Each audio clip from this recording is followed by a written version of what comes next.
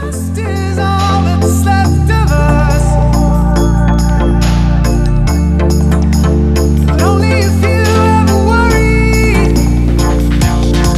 While the signs were clear, they had no idea. You just get used to living in fear. Or give up when you can't even picture your future. What's up YouTube, Evan from Epic Duel Time here doing a commentary on another Duel video for you guys. This is between Galo on the left, piloting windups, and Anthony on the right, playing X-Sabers. I caught this match at, again, one of my locals, as I usually get these matches, and I just thought this was something really cool, and of course Galo is the YCS Ecuador champion, so I figured it was, you know, it'd be well done at least. So, Galo opens up with the turn 1, setting a back row, playing card D, using it, and ending his turn. Anthony follows up with setting a monster, and setting a back row and ending. With the way both of these decks have, you know, are currently in the format that we're in, they're both rather slow on the turn 1 and 2, unless they both open up explosive hands. That aims a lot more towards windups than X-Sabers, of course, but some of the concepts apply. So, Galo plays Wind-Up Factory and a Wind-Up Rabbit, and he attacks, and he knocks right into Anthony's Pashul, which for those of you who don't know, X-Saber Pashul cannot be killed by battle. Galo follows up with setting another back row, and then he's going to activate his Wind-Up Rabbit's effect on the end phase to trigger his Wind-Up Factory. I'm going to apologize in advance on this one. This is going to be a fairly long video, so bear with me. It was just, I'm not sure what quite made it so long. It was just a real back and forth. Hopefully you guys will really enjoy it, but it is a bit of a longer match. I trimmed out what I could. So, Galo searches out his Wind-Up Magician and ends. Anthony's turn. If you can see his hand, it's really nothing. It's a very defensive hand, and the issue with defensive hands in X-Sabers is that you can get run all over. I'm a fan of the deck. It was one of the first decks. It's the first time I ever got an invite was with that deck, so I have a soft spot for it. So during Galo's standby phase, Anthony has to take 1,000 damage because of Pashul. For him to stay on the field, and this isn't a maintenance cost. This is just his effect that he has to pay 1,000. So he pays his 1,000 on the standby, and at the same time, Galo's Rabbit's going to return.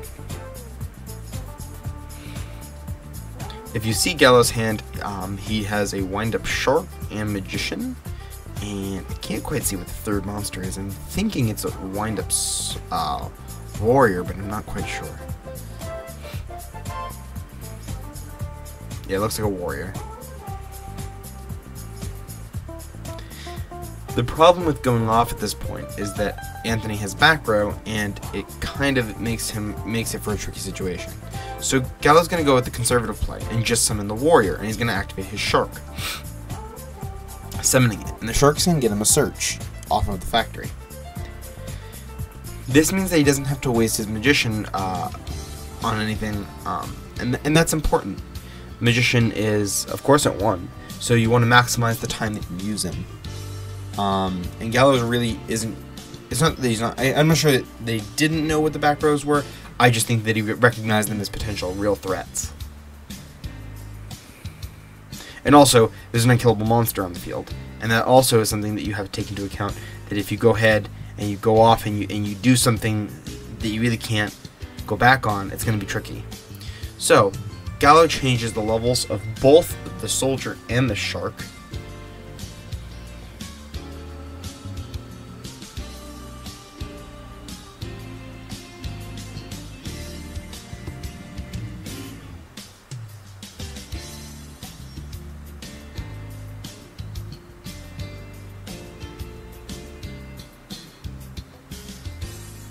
I'm not sure if he raised them or lower. He raised them.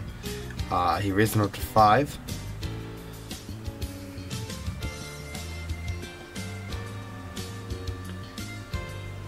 And you can see he's really debating between Volcasaurus and Tyrus.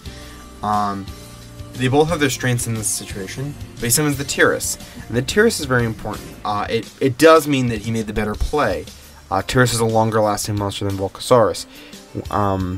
Also, if you've noticed that Anthony has a Veiler in his hand, so Volcasaurus would never have killed the Pashul. He goes to attack with the Tyrus.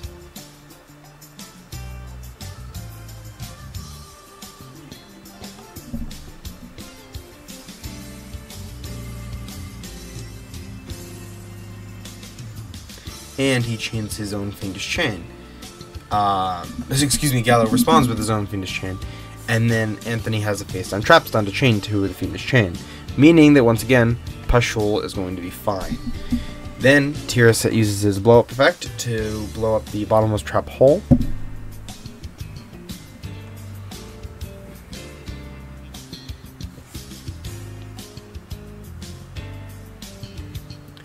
And of course Gallo has to detach at the end of the battle phase. Now, Anthony's turn, he draws and activates his Heavy Storm, and it's going to wipe clean all of Gallo's back row.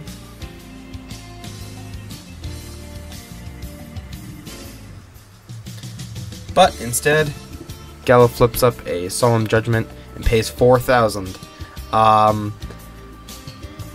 It's a steep price, but at the same time, it's an important one because you're going to see that his back row is going to really decide how this match really does play out. He's playing a really defensive wind-up strategy.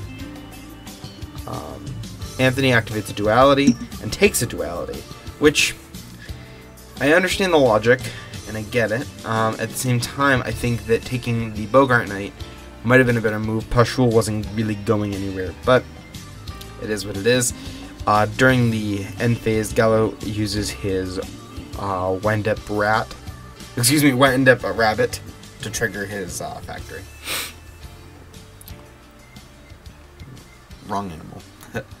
So you can see that Gallo drew into a Tenki, and Tenki is the new wind-up tech. For those of you who don't know, it searches out the wind-up rabbits and gives them a little buff. So Gallo searches a rabbit and he summons a rabbit. And he really has quite a floater-based field. So now,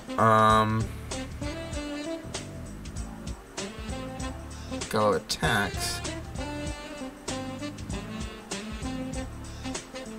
and the Pashul, and Anthony flips up the Mirror Force. Keep in mind that Pashul's effects are negated, including the one that makes Anthony pay the life points. So,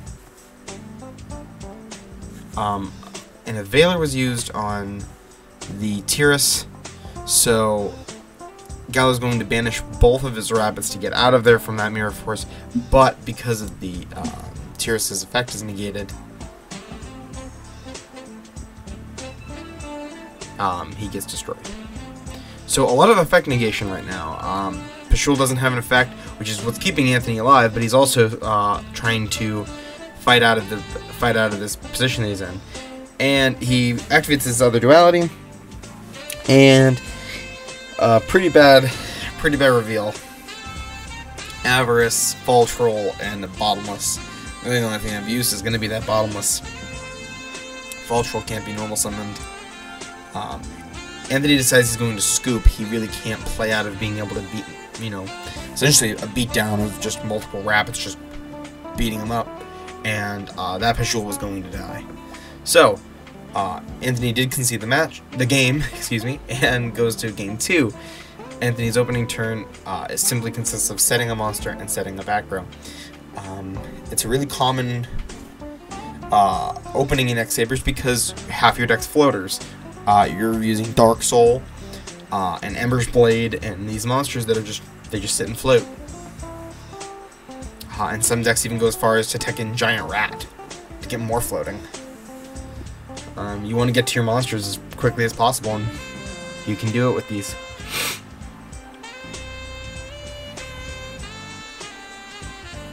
Unfortunately, X-Saber hasn't seen a ton of success lately, simply because it's slow.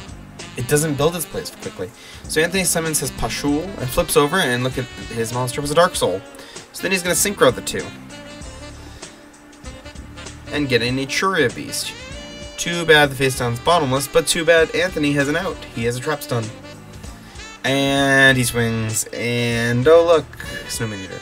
So, all was wasted. Except, Anthony has a Dark Soul Search. And that's the most important part, is when a card can replace itself. When something you have gets you something else that can also benefit the same plays, you're in a position where you're not going to run out anytime soon. Dark Soul, for those of you who remember, used to have the effect that he could activate multiple times during the same turn. And he would activate when he was sent to the graveyard. When he was reprinted in the collector's tin, they changed that text, however, to make it so that he activated during end phase. So you only got one search, regardless of how many times he went to the graveyard. So, Anthony searched out a full home lane and ends.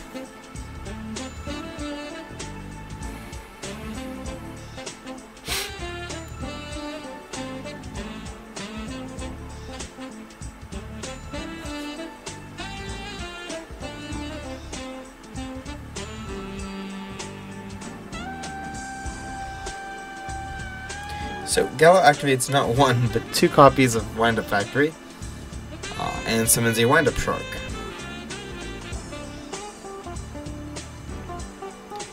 Shark activates its effect, and it's going to net Galo a couple of searches. And that's really going to improve his hand.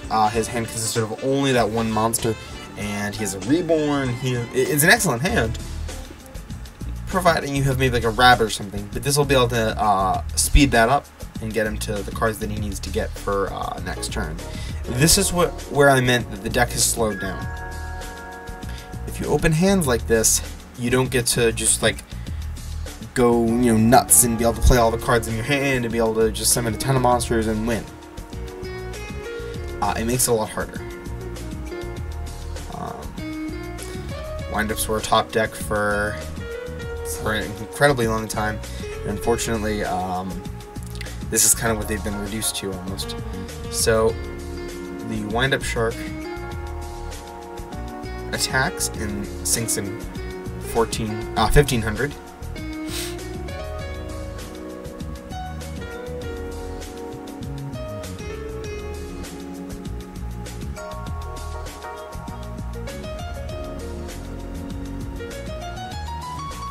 And Anthony sets another monster and ends.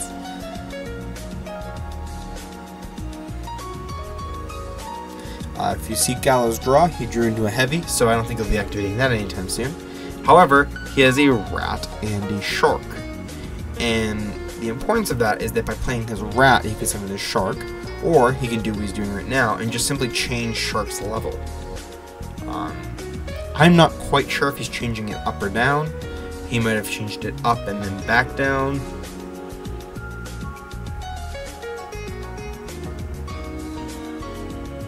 But he's searching out another shark and another rabbit. And the first rabbit, excuse me. He already has a shark. So he's going to summon his rabbit.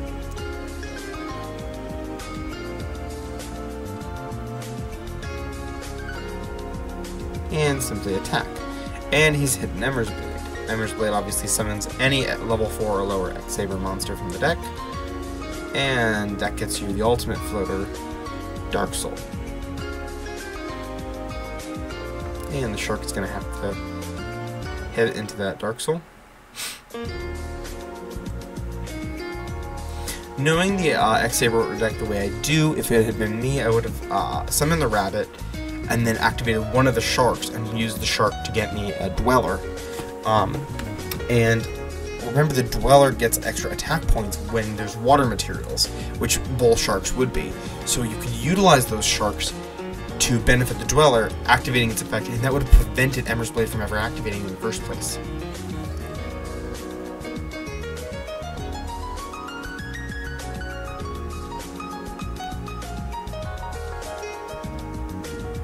During Anthony's standby phase, Gallo activates his rabbit to trigger both the factories.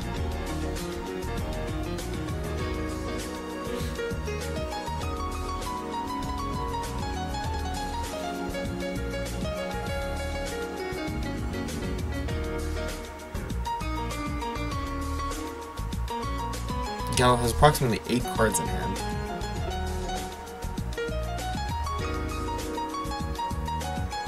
For those of you who can see Anthony's hand, he has just enough cards for an avarice.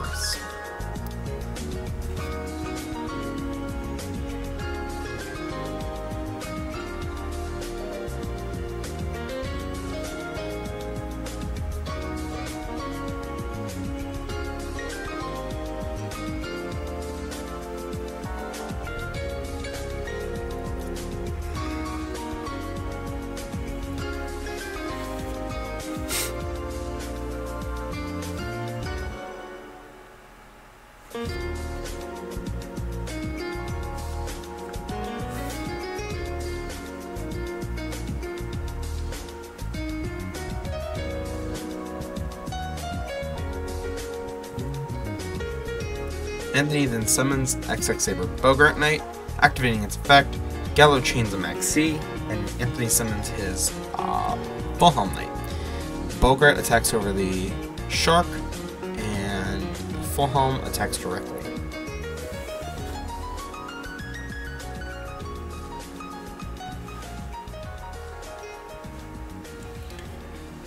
The unfortunate part about X-Sabers is that at this point, Bogart's limitations kind of keep you from going into any half-decent synchro monsters. Soza and Urbellum aren't particularly fascinating monsters, and Full-Helm Knight negates attacks. So the field kind of stays as is. Gallo's turn, Rabbit returns to him. And he's thinking through a significant amount of his deck because his hand is approximately 7 to 8 cards, almost 9 cards now.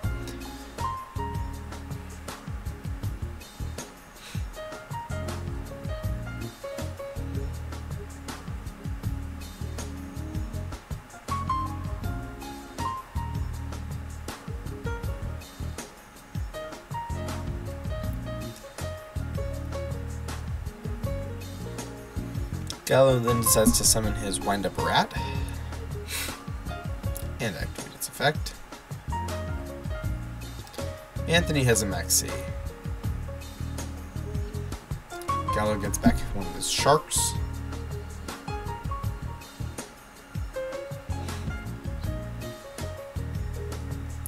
At this point, if it had been me, I would have activated the effect of the other shark in hand and summoned it. Remember, the Full-Helm Knight's going to be able to sink to negate attacks. By beefing up both sharks to level 5, you could have gone to a quick Volcasaurus, overlaid the rat and the rabbit to a Invoker, and really started generating a ton of great plays. Unfortunately, he misses his opportunity and decides to just attack the Full-Helm Knight with the rabbit. Remember, Anthony can only play so many cards, and even if Gallo is under a Max C, having a strong control field is better than kind of leaving monsters for Full-Helm to attack. At the same time, Full-Helm can't really kill anything. I guess it's tricky. You can draw a lot of good cards with Max C. The problem is X-Sabers can't play a ton of cards unless he draws into, a ton of false rolls or something. You're not really going to have too many problems.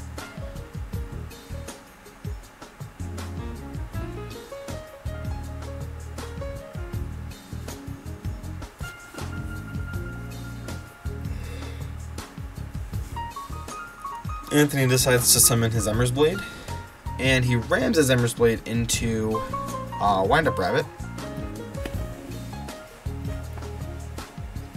Oh, he wants to ram it. So Gallo decides to let him. And Anthony's going to take 100 damage because of the difference in their attack. And from there, Anthony summons a Dark Soul.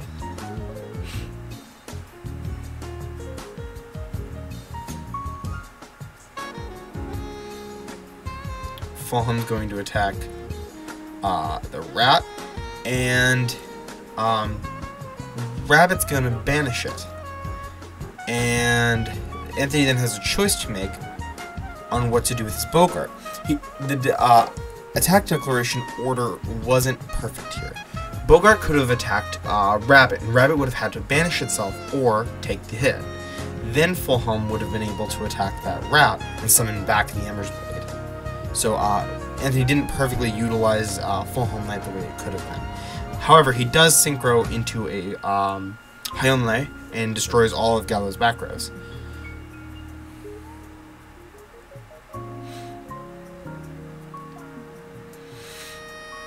And due to Dark Soul's effect,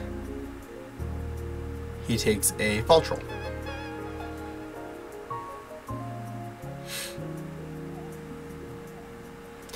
The order of attacks, especially when you're fighting against floaters, like, you know, Rabbit, Thunderbird, anything that can change the field as you're attacking and make it more difficult, you have to be careful of what you're attacking and who you're attacking with first.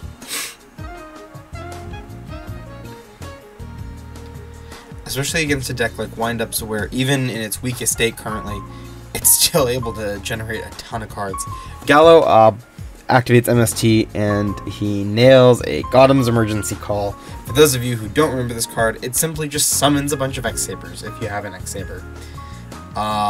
It summons a ton of X-Sabers out of the graveyard. It's pretty nuts. It's an amazing card. But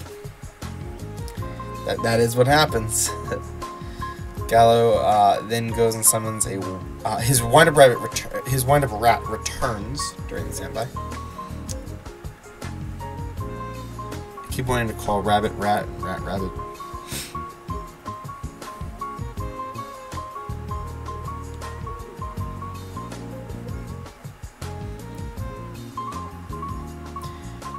Gallo reactivates his rat, newly returned, and summons back a shark again.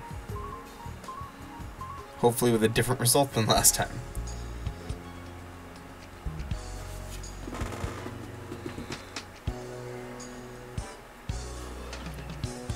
And this time he does activate his shark in hand and summons it.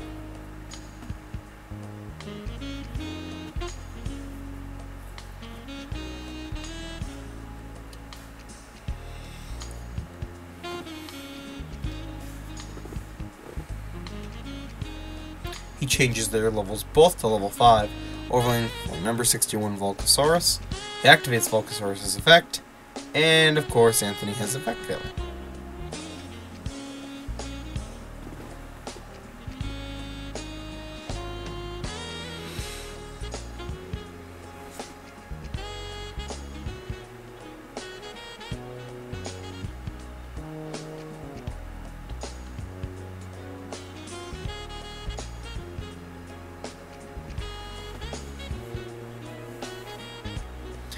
Keep in mind that Fulhelm is newly returned, so it still has its effect, its attack negation effect in place. So Volcasaurus, it can still attack as long as it's not attacking directly after its effect. So it's going to have a hard time pushing over. However, it doesn't necessarily mean it's useless. Keep in mind it's a rank 5, and 5s and 6s have the ability to be Xyz changed into Gaia Dragon. But first, Gallo's going to take his 2 level 3s and overlay them for xx-saber Invoker. Ironic that an xx-saber is fighting against the X-Sabers. And then a Wind-Up Warrior is summoned.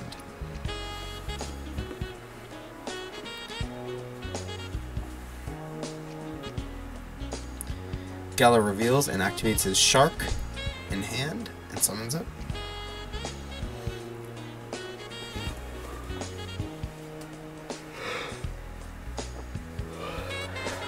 Both Shark and Warrior have the ability to increase their levels, which Gallo chooses to do.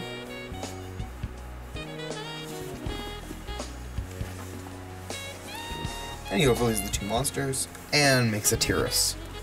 So now a Tyrus, Volcasaurus, and Invoker. But Volcasaurus won't stay long because he's going to be created into a Gaia Dragon. So Invoker's going to declare the first attack to bait out Fulhelm's effect. Gallo fully intends to utilize Gaia Thundercharger's effect by attacking the Dark Soul, which only has 100 defense points, and because Gaia Dragon's a Piercer, deals 2,500.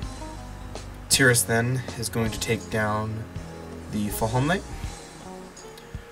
bringing Anthony down to 2,600.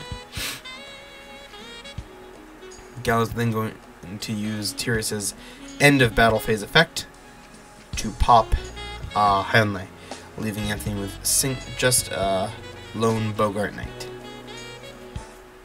Windups may have been hindered, but their potency isn't completely diminished.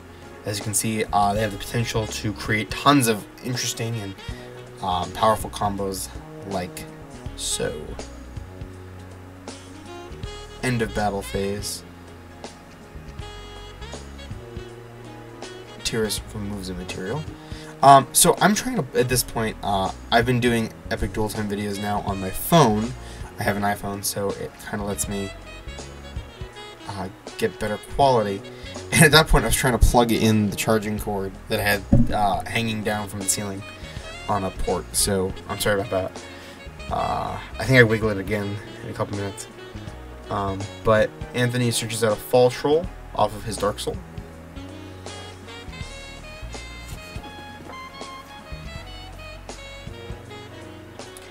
Anthony then summons another Bogart Knight and uses its effect to special summon Ragigura. Ragigura can add an X-Saber back to hand. And for those of you who are familiar with the Fall Troll Ragigura loop, it basically allows you to continuously bounce and loop and tribute as long as you have a Gaudiums. And that's basically what Anthony's going to do is he summons his Fall Troll, uses its effect to special summon back Fulham Knight. Fulham Knight and the Fall Troll are going to make an xx-saber Gaudiums. Gaudiums is going to tribute Ragigura, and it nails a card out of Gallo's hand. I guess some more irony, X-Saber is looping windups, but Gallo's whole hand is gone. With that many monsters on board and a 3200 beat stick. So, Gallo summons his other Fall Troll, gets Ragigura, Ragigura adds the other Fall Troll, Gaudiums tributes off both Bogart Knights and the Ragigura. The second Fall Troll comes back out.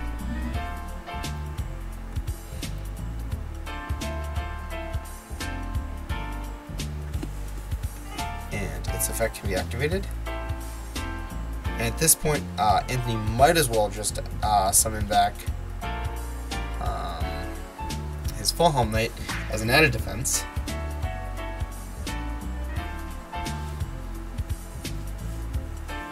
Gaudiums attacks over Tiras, the most immediate threat.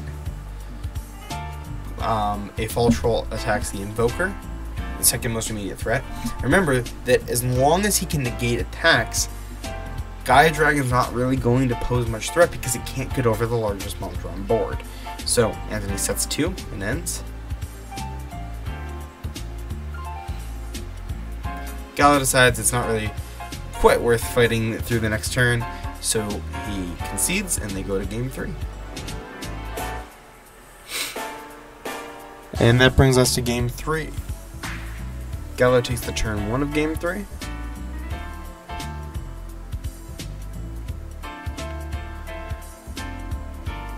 He summons a Thunder King in attack mode, sets him back row, ends.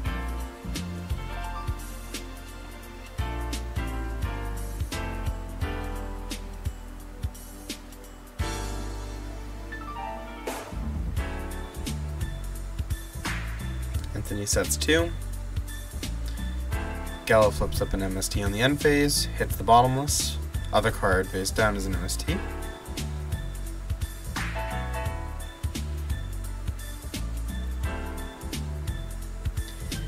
Gallo swings for 19.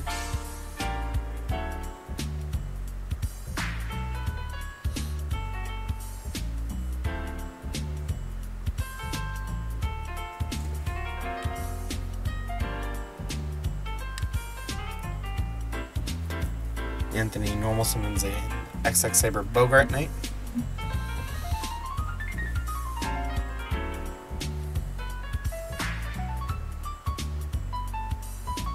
Activates the effect, summoning the Dark Soul. Then he special summons Full Troll, to which Galo negates the summon. This allowing Anthony to push 1900 damage. Set 1.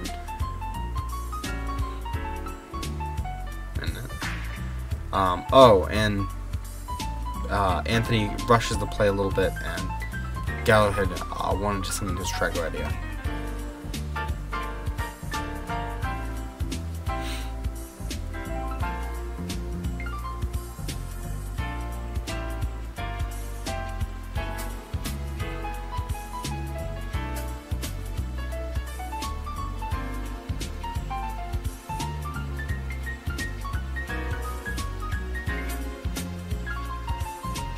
Galo activates Heavy Storm.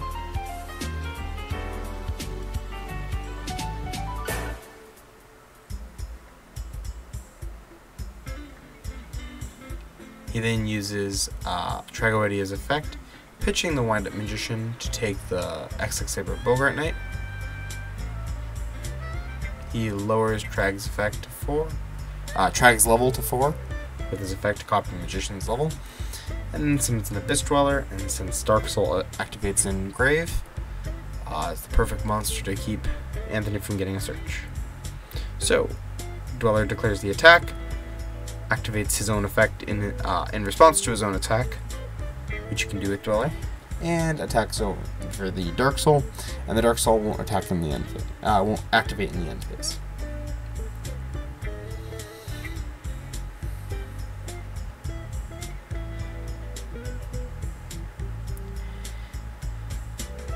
Anthony sets a monster and ends. Galo normal summons Wind-Up Rat. Attacks with Dweller, uses the effect again, and then attacks directly with a Wind-Up Rat. Poking for 600. Galo activates the Wind-Up Factory, then uses Rat's effect to summon Magician. This giving him a search with the Factory.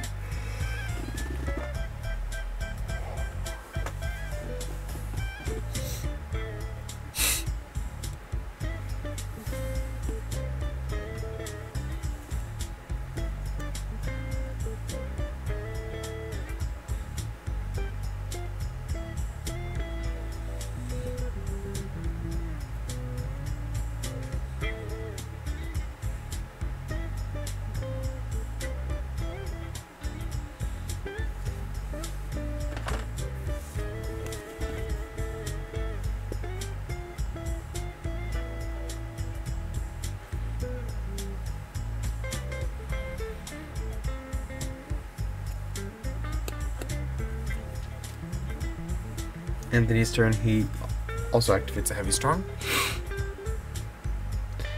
But he has no other cards to really follow up, and Galo has a severe advantage over him, so Anthony concedes the match.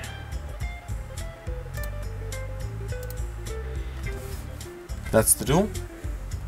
Last week's pack giveaway winner is Deletion 2012. If you want to win a pack of Cosmo Blazer, there's 3 simple things you gotta do. Like this video, subscribe to the channel, and comment with an answer to the question of the week. Will you be attending YCS New Jersey this weekend? And if so, what will you be playing? Also be sure to check out our creative deck contest for a chance to show off your deck building skills and win more packs of Cosmo Blazer. Enter those decks soon as the deadline is nearing. Link in the description below. As always, like, comment, and subscribe, and keep dueling America.